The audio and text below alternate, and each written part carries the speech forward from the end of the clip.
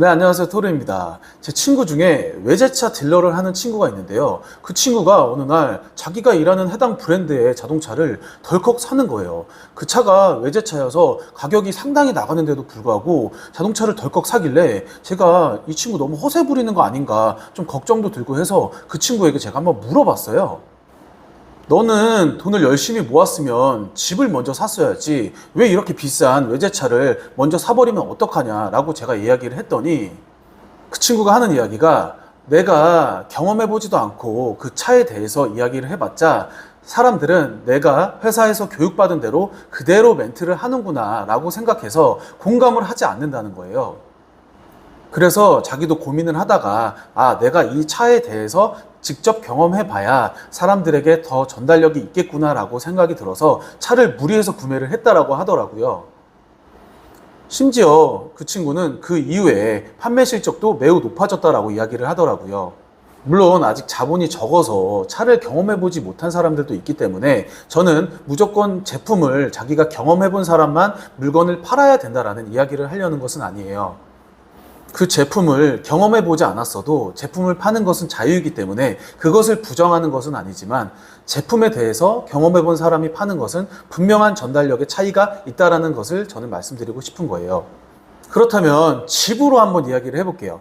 집을 직접 사본 사람과 안 사본 사람의 차이는 앞서 말씀드렸던 것처럼 자동차와는 또 다른 이야기라고 저는 생각을 하는데요. 여러분들이 생각하는 것 이상으로 내 앞으로 등기 한번 앉혀본 중개사분 분들이 꽤 많은데요.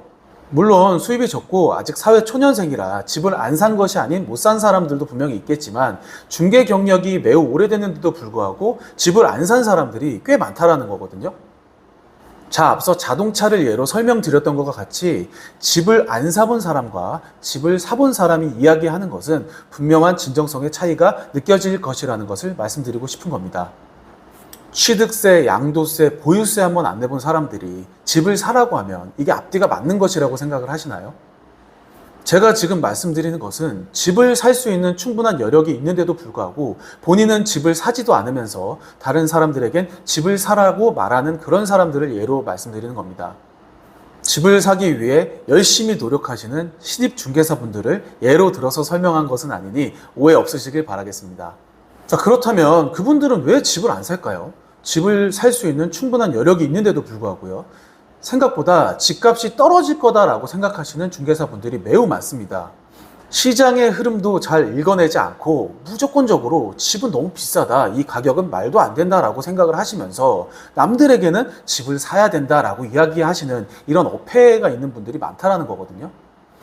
이 부동산 시장에 대한 확신이 있어야 다른 사람에게도 집을 사라고 이야기하는 것이 저는 맞다라고 생각을 합니다.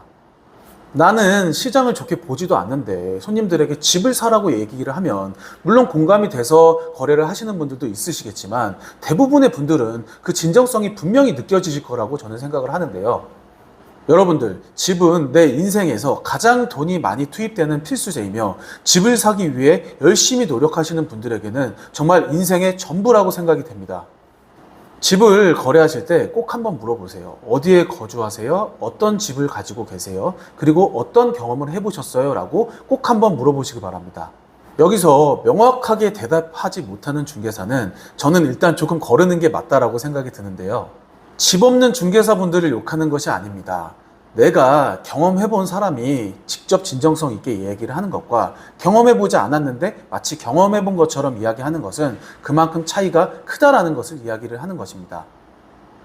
요새 제 주변만 봐도 신축 상가를 덜컥 분양을 받아서 공실 나고 공실 관리비에 계속적으로 이자가 나가다 보니까 고통스러워 하시는 분들이 매우 많은데요.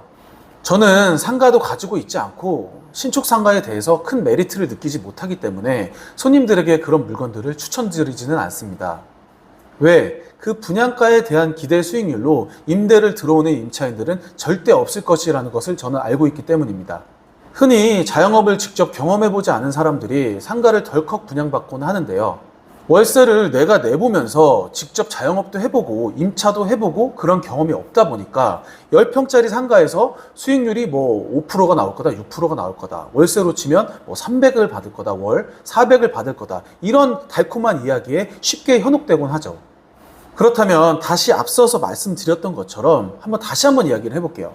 신축 상가를 분양하시는 분들이 그 신축 상가를 분양을 받을까요? 본인들이 그 신축 상가를 가지고는 있을까요? 가족 친구들에게 이 물건이 정말 좋다라고 권할 수는 있을까요? 저는 단언컨대 절대 없을 것이라고 생각합니다. 자, 어쨌든 그 사람들도 영업사원이니까 물건을 팔아야 되는 건 저도 공감을 해요. 그런데 그것을 경험해보지도 않고 좋은지 나쁜지도 모르면서 그것을 판매하는 것에 대한 진정성은 분명히 다르다라는 부분을 저는 말씀드리고 싶은 겁니다. 자동차를 타본 사람만 자동차를 팔아야 된다. 집을 사본 사람만 집을 팔아야 된다.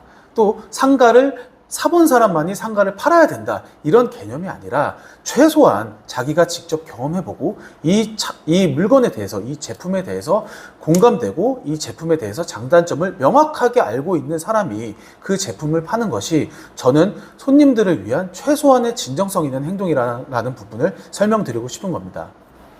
자, 중개사를 비롯한 자산관리사, 펀드 매니저 이런 사람들의 달콤한 이야기에 속지 마시고요.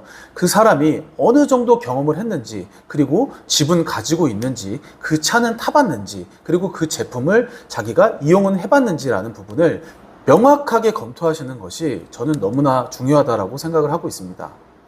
고객님들의 재산을 아무에게나 맡기지 마세요. 과일도 먹어본 놈이 잘한다고 제품을 이용해보고 자기가 직접 경험해본 사람과 거래하시는 것이 저는 매우 중요하다고 생각을 합니다. 과일을 하나 사더라도 들었다 놨다 하시고 이 제품의 원산지는 어딘지, 이 제품의 상태는 어떤지 이런 점들을 꼼꼼하게 체크를 하시잖아요. 하물며 나의 전 재산일 수도 있는 재산을 아무것도 모르고 아무 경험도 없는 그런 중개사분들에게 맡기시겠어요? 여러분들, 이 사회에는 자기가 경험해보지도 않은 부분을 직접 경험해본 것처럼 거짓말하고 이것을 달콤한 유혹을 하는 사람들이 매우 많습니다. 이런 사람들을 조심하시라고 저는 이 영상을 올리는 것이고, 제가 말씀드리는 부분에 있어서 선의에 의한, 내가 경험을 해보고 싶어도 경험해보지 못한 사람들을 이야기하는 것은 아니니까 오해가 없으시길 바라겠습니다. 이상으로 토르였습니다. 감사합니다.